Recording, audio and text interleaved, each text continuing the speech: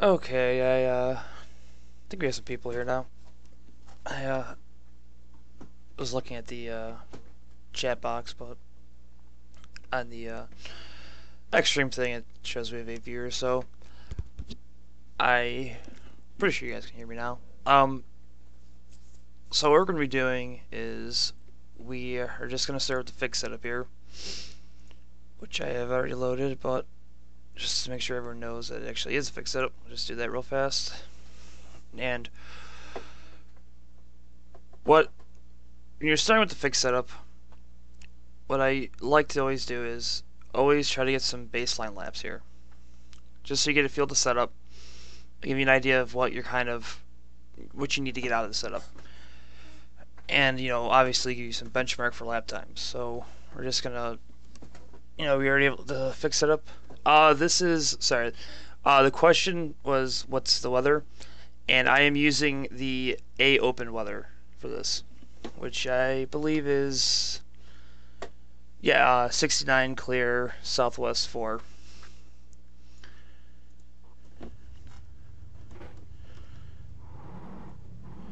So right now, I'm going to do is just get a few laps in here, and kind of just get a feel of our lap times and what the setup's doing.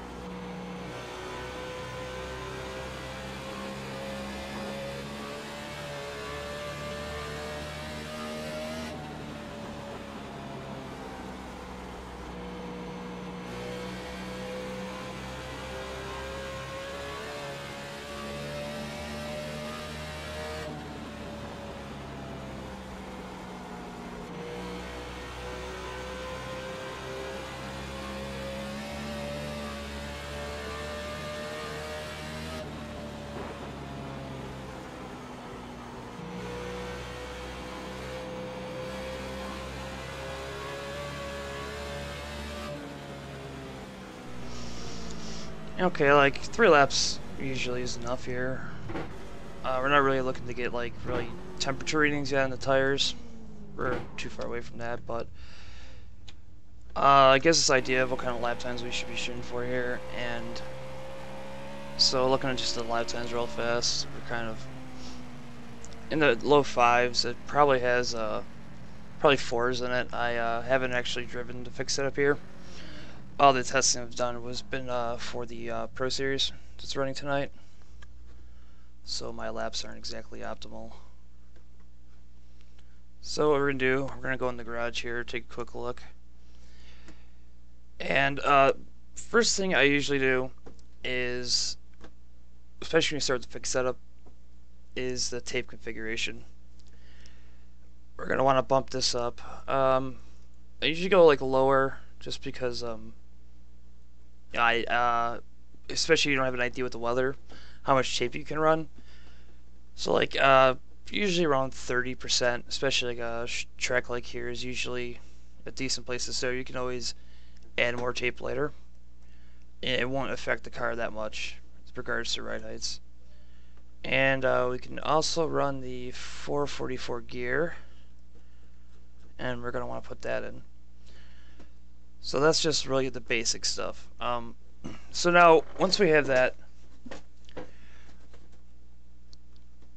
kind of your goal when making setups for the Gen 6 car is the car is extremely, extremely aero sensitive. And what I mean about aero sensitive, I mean how close you can get the splitter to the track is really kind of the whole goal. You want the car as low as possible without touching, without the splitter hitting the racetrack. And, really, like, that's what, like, you should really shoot for. And a lot of people that, like, I help with setups, or they ask, setup help, they'll give me their setup, and it will just be pounding the track, like just scraping throughout the whole corner. And what I do is, this is usually the easiest way to do it, I found at least, is you go to your sound. And you'll see here, I have everything turned down besides crashes. I have that turned all the way up. What that allows you to do is you'll be able to hear the car scraping the track more. You'll very easily be able to hear it.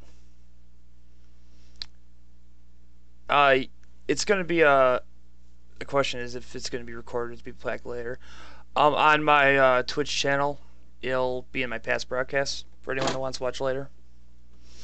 I was going to do the stream later tonight, but there's a pro race, so I figured I'd just try doing it and see how it went. So, if you change those settings, you'll be able to hear the car or the splitter hitting the track a lot easier. With the rear end, it's not such a big deal because you can visibly see the sparks, and you'll know most of the times if it's hitting too much, you'll just spin right out. So for starters, right here, we're just gonna kind of do it, just some basic stuff. When I was going around the track, I felt the car didn't really want to rotate in the corners. And send it to turn, I had a hard time getting down. Had a lot of grip off, but it wasn't really. It didn't really matter too much because we were so slow in the center. So what we're gonna try to do is just increase the rotation and lower the front nose a little bit to get it closer to track. You've already changed the tape, and the more tape you run will increase the downforce, which will decrease ride heights too, but that's not going to be enough. So what we're going to do is we're going to take some packer out of the left front here, go one click down, and we're going to change this toe to 0. And what I'm doing with the toe is I usually run my toes at 0. The reason for this is because with the ride heights and how they are, when you lower them down, the suspension hardly compresses, so usually the optimal toe will be around 0.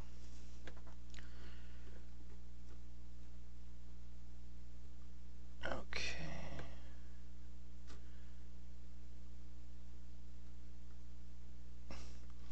And the right front packer is already at the minimum we have here.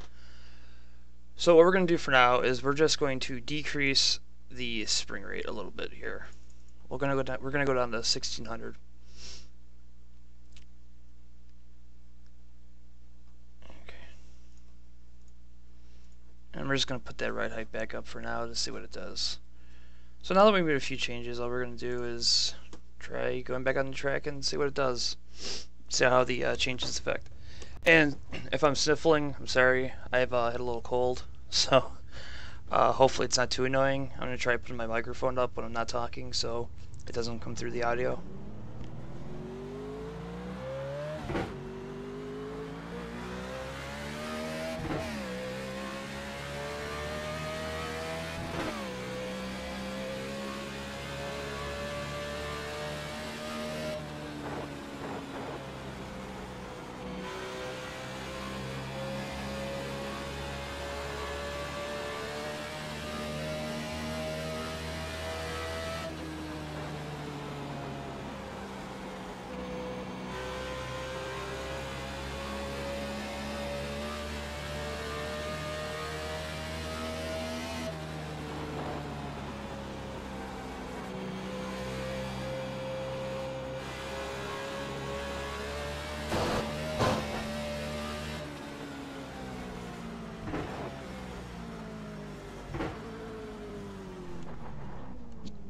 Alright, those changes helped a little bit. Gained some time here. But it didn't really help enough. So we're going to take some more drastic measures here. First of all, this brake bias is a little too high. I usually run my brake bias around 62%. I don't really run lower than 60. About 60 to 62 is usually like kind of a sweet spot for me. I don't like using a lot of the brake bias being like a low, like 55, 50%, something like that, because it's kind of masking like a setup flaw. You know, when you have to run that little brake bias to get the car to turn, there's something inherently wrong that should be fixed with the setup. And this is just kind of where I, think it's kind of good for me.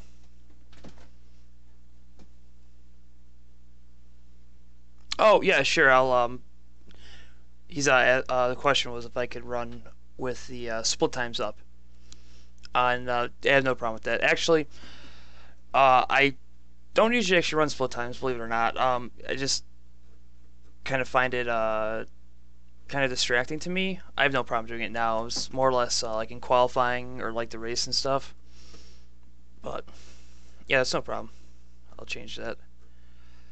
So what we're going to do now is we are going to increase the track bar split in the rear end. And what I mean by track bar split is you have your left rear track bar and right rear track bar. So when you increase the split between the two different track bars, you increase the rotation of the car in the corners. Specifically, more or less, in the center of the corner. So we're just going to bring this down to 6 and move this up to 12. And that will help our car rotate better through the center because we've increased the track bar split.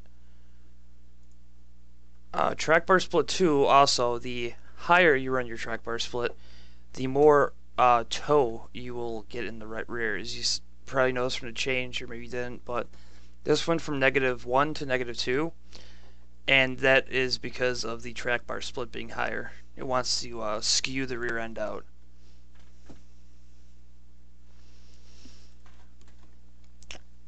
Unfortunately, I can't run my steering wheel on. Sorry about that. It's too distracting for me to do. It's probably because back in NASCAR 4 and back then I never ran with the steering wheel, so I've actually tried it before, and it just kind of screws with my mind a little too much. Sorry about that. Or else I would definitely do it if it didn't bother me so much. Okay, so now that we've made the track bar split a little larger here, we're just going to take a quick look at our tire pressures.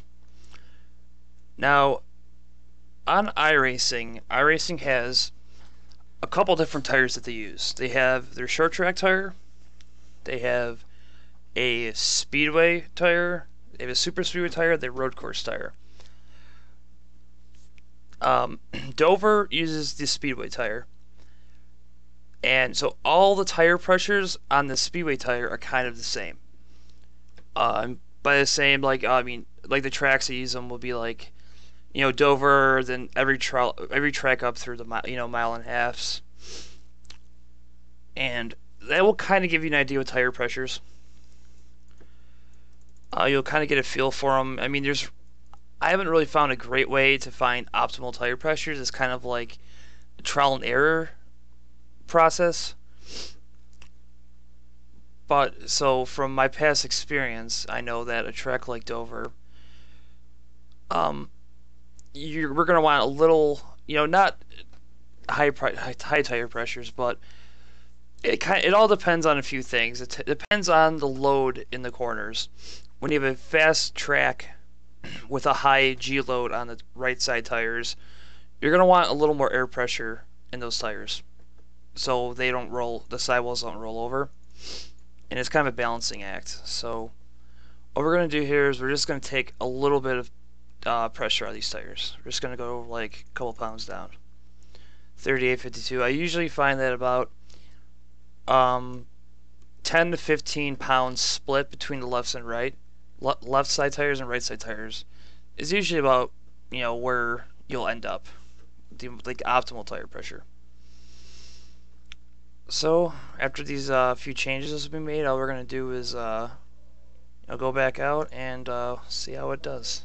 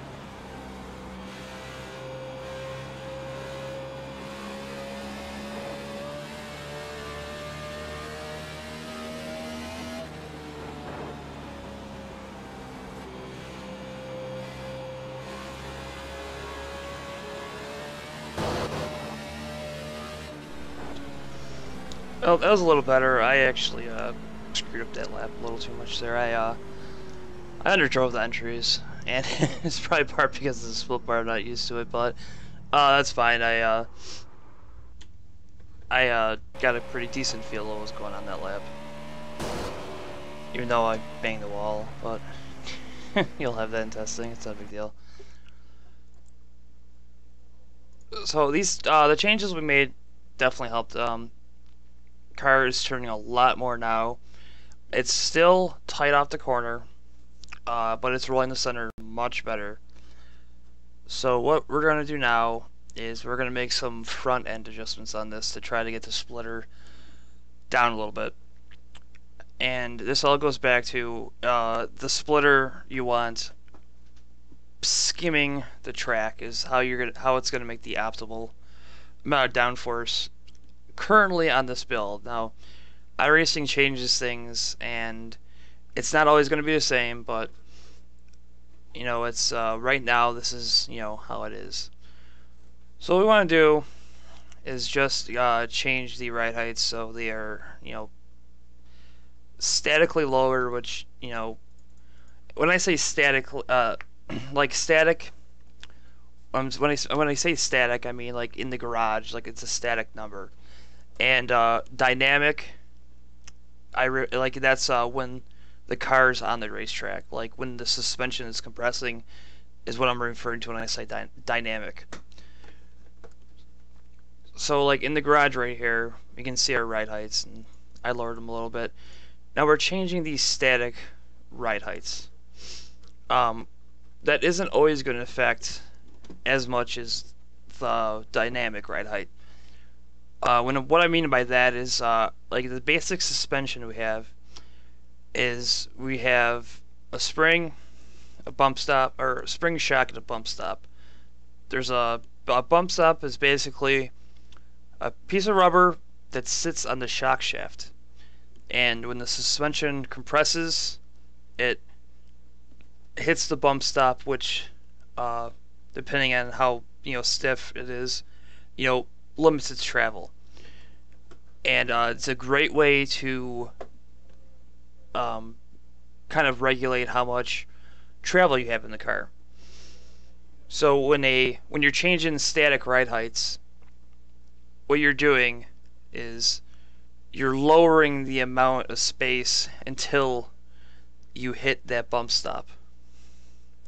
So static ride heights don't really affect your dynamic ride height all that much. Meaning, like, you can change this right front spring to like 4 inches, and the actual height on the racetrack when it's compressed will be a little higher, but not that much more. So we really want to, when you're changing static ride heights, it's a good way to just like kind of finely adjust the splitter level. But for any major difference, you're going to want to adjust the bump stops.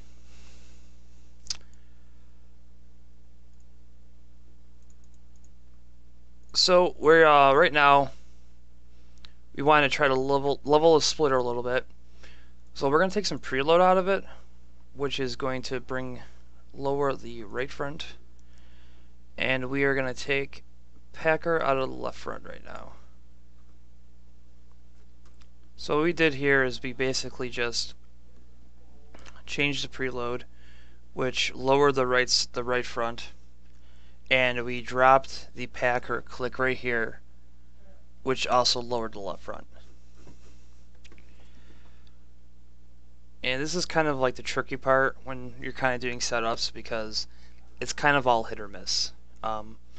You're kind of just taking guesses on how much you need to go, unless you use telemetry, but I personally don't use telemetry all that often. I know like a lot of people swear by it, and I know a lot of people actually get flustered because they think you need to use telemetry, to do setup stuff. But last season, I pretty much made all the setups for Michael Conti in the NASCAR iRacing Peak Anniversary Series, and we used telemetry like a little bit at the end of the season, and that's only when we were very fine-tuning adjustments. So like telemetry is a good tool, it can be useful, but it's not necessary to make setups.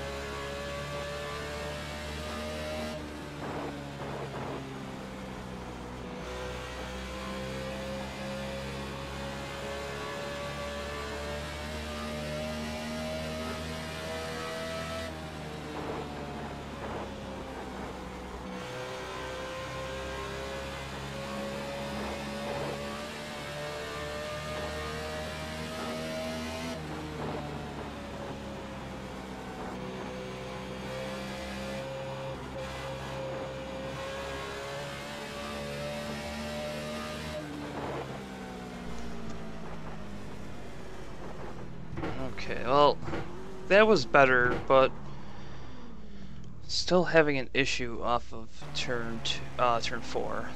It's just cars not wanting to come off the corner. It might be because of the wind. I'm not sure which way the track's facing. It's probably off of 4 because of the wind, but we're just going to do a couple adjustments to try to help that real fast. And kind of the only way we're going to do that is we're going to put some more rear track bar in. And you almost have to be careful doing this. You want to go too crazy, because when we're adding more rear track bar in, it's not only affecting the car off the corner, it's going to affect it in the center too, because we're increasing the track bar split. What we could do is we could increase the left side here to compensate, but right now it's not really loose enough for me to have to worry. So I'm just going to try this quick change real fast, and we're going to see what it does here.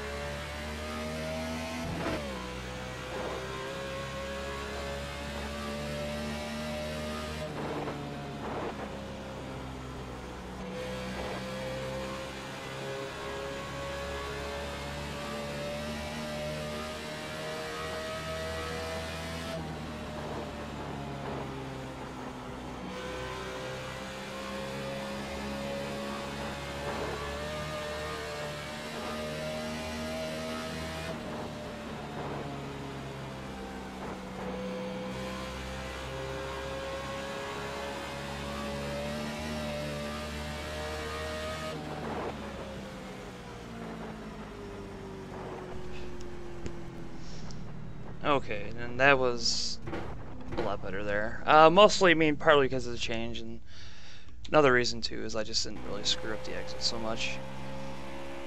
And it's kind of another kind of tricky part of doing setups is you have to really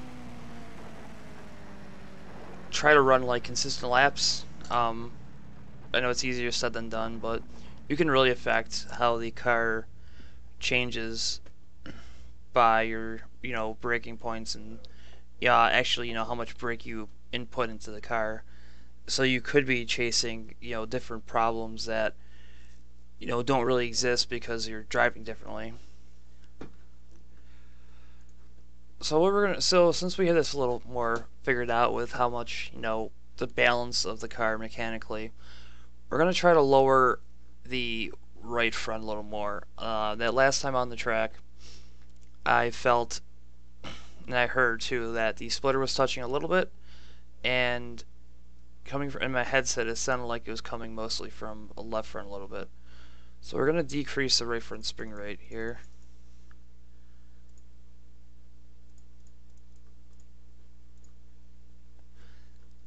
And hopefully that gives us a little more level splitter closer to the ground that will produce more downforce.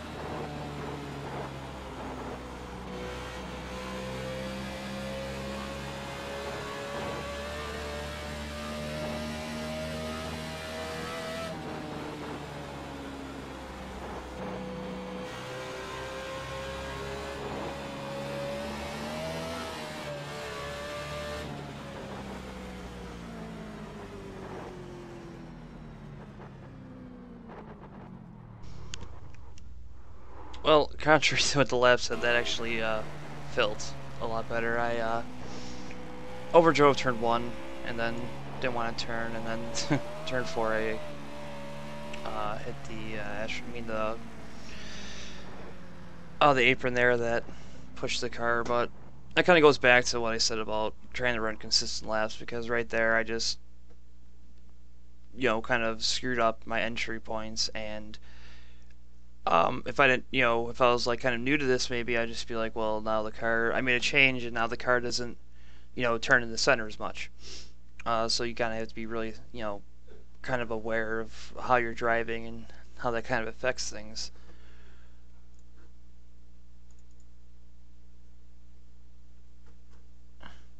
So right now, what we're gonna do, since we have the front end a little better now, is you not only want the front end low, but you're gonna want the rear end low as well. And when I make setups, I usually like starting with the front, because that's about where a lot of the a lot of the time and working comes from, is just trying to even out your splitter and getting the balance right on the car. And the rear end will affect the front end a little bit, but it's really kind of easier to figure out once you have the front end set. So all we're gonna do is we're gonna lower the rear springs a little bit here. We're gonna start by doing 75 pounds in both rear springs, just to try to get the rear end a little lower at speed. And when you're doing this, I do it one side at a time.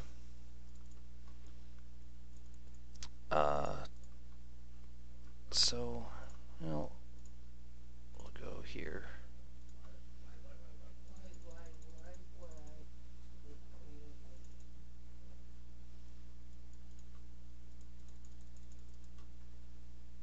Yep, here.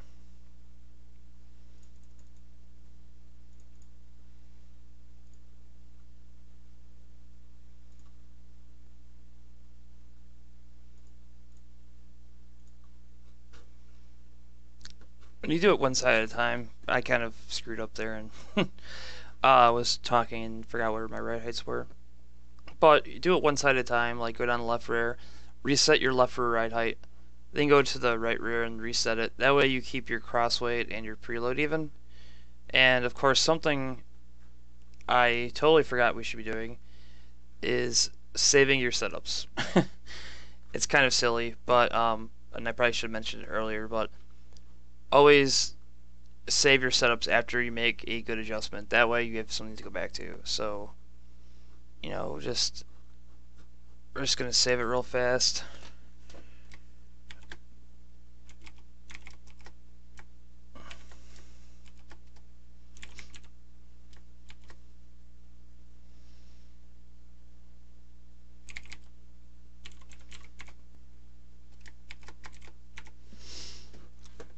And I kind of have a weird saving system. I usually have the name, the year. Sometimes I put the season in there, like 2015 season 1, A Open, broadcast, race 1, something like that. Uh, I have a ton of setups from when I test for, A Open, the Pro Series, the DWC, like all this stuff. So when I would just have a naming system where I can kind of easily recognize, where what setup was from when. And I could always go back to it if I need to.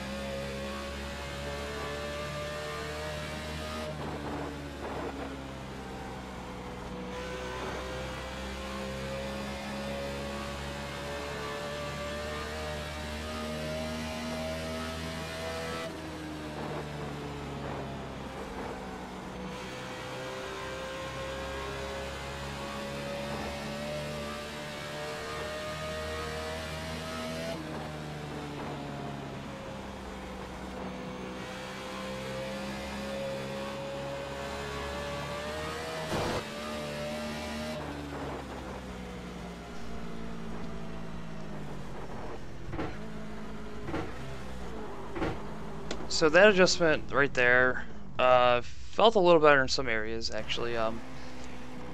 It made the car a little tighter there, but it felt a little better in 3 and 4. Even though I hit the wall there, but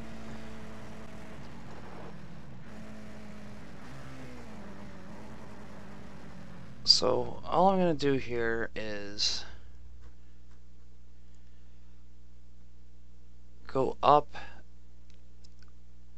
go down a click on the left rear spring just a little more.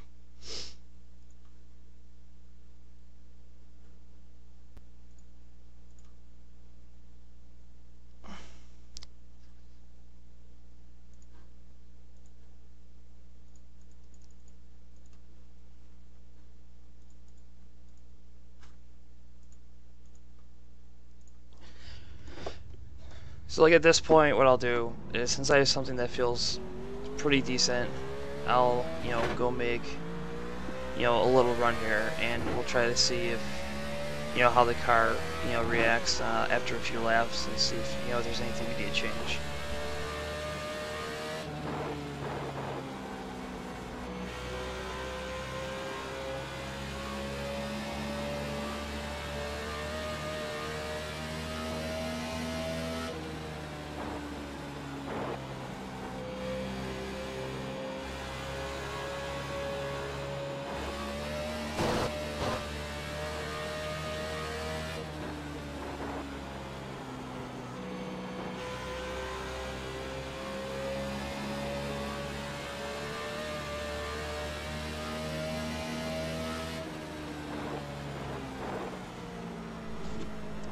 And since I'm an idiot, I did hit the wall off at 2, and whenever I do a run, I like doing a clean run. I don't want to take any chance of damage affecting my lap times or like my tire wear, stuff like that.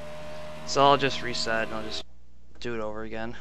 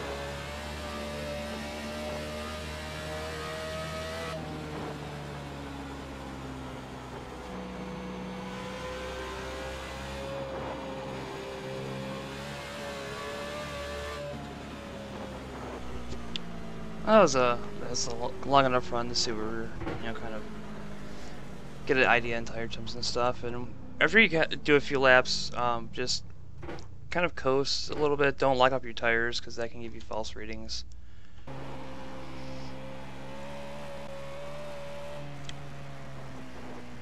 So looking at tire temps here, the right front camber looks pretty good. There's not a big spread here on the tire temps and the tread remaining. On the right rear, it looks pretty good too. I might just take a little bit of camber out of there, maybe a click or two. That'd probably be okay to do. Generally speaking, I kind of like to get the rears pretty even. On the right front, I like a little more temp in the inner. Like this is pretty good here, 216, 214.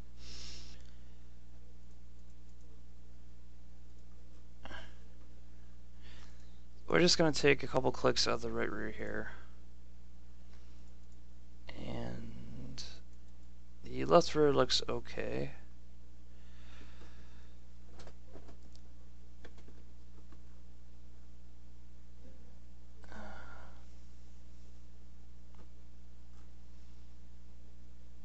We'll just take a click out of the right front too.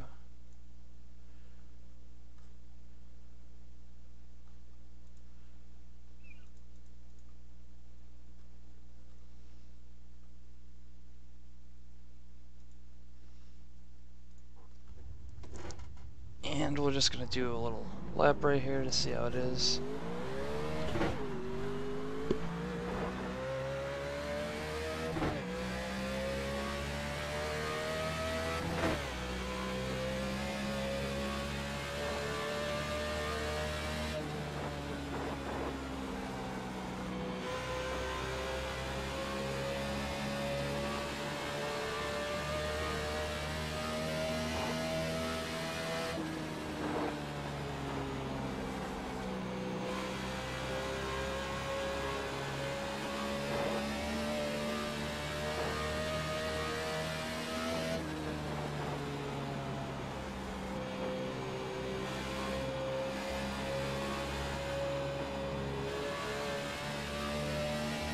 Well, I did get greedy there. I was trying to go for a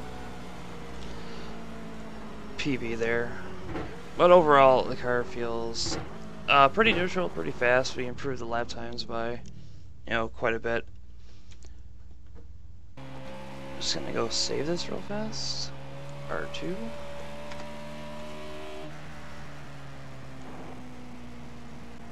And I'm not sure if anyone has any questions, but I am reading chat, so if anyone has any questions about subs or anything, I can answer them for you guys. I'm going to be posting the setup too, and that the thread on the Iracing forums.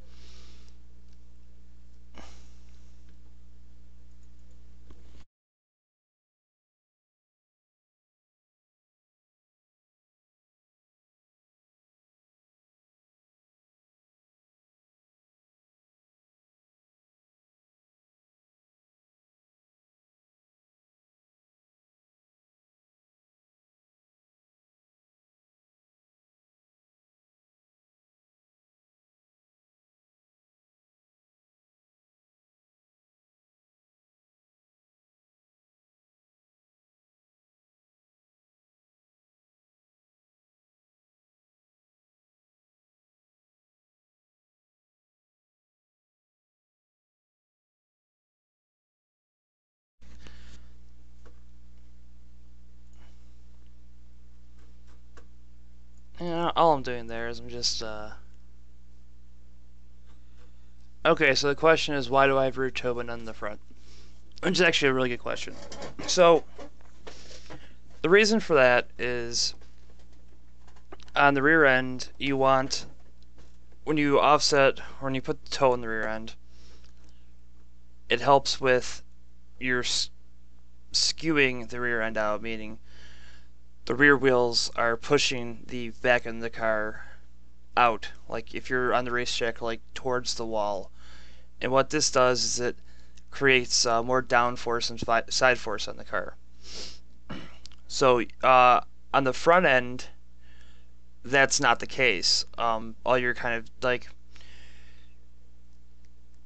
toe does help in some case, like a little bit. Like I might run like a 30-second or so in the front end, but when you're going on the racetrack and you have your toes set perfectly so your front wheels are pointed straight, that helps with on the long run because your tires cool off more on the front of the car, which is more important, I think. Anyways, I know some people run a little bit of toe. Um, I I just never found it really an advantage for it.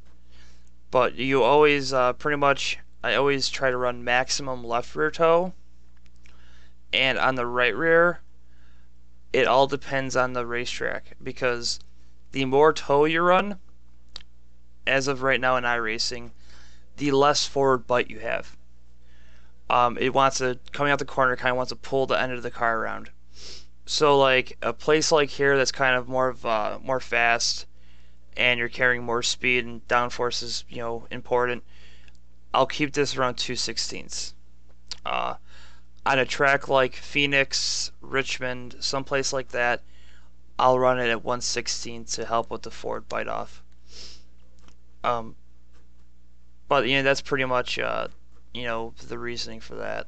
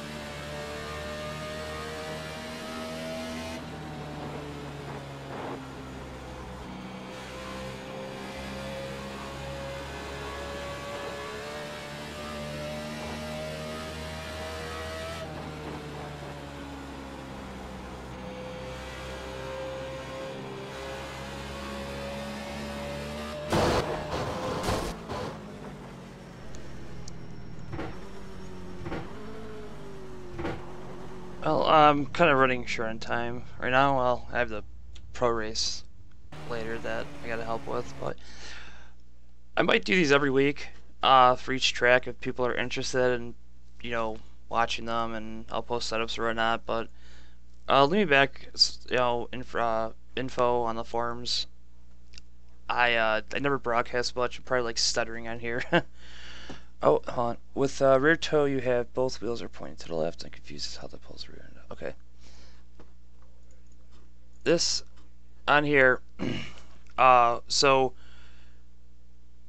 this is on the right rear. It's towed in 2/16. So, or sorry, towed out 2/16. Because it's kind of confusing because it says toe in and it gives you a negative value. So that's actually toe out. And then the toe in on this, it's actually towed in on this side.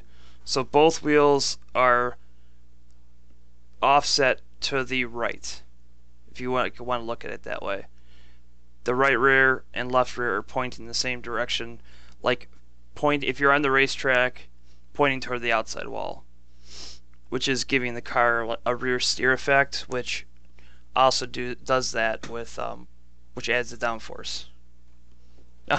It's no it no he's like, oh my lord, you're right.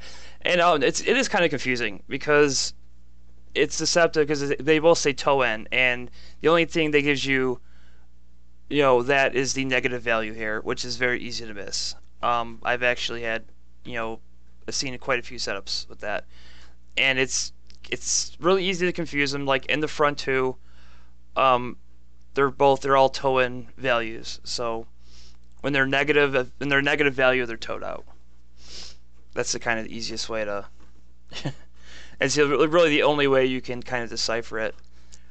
But yeah, I'll try to do these every week, as long as time permits. I snowplow in the winter, so as long as we're not getting destroyed with snow, I'll do them. I'll post a setup in the forum for you guys. As I said, one of the few times I ever stream. I'm not really good at it. I'm kind of stuttering. So thanks for everyone. I hope everyone learned some stuff here, and I'm sure I'll get better in the future at doing this. Hopefully, I won't be stuttering so much, and I try to present everything in a way that everyone can understand it. And I'm probably not doing as good of a job as I could, so I'll try to improve that as well. But yeah, I'll post this in the forums for everyone, and good luck racing, and have a great day. Thanks, guys.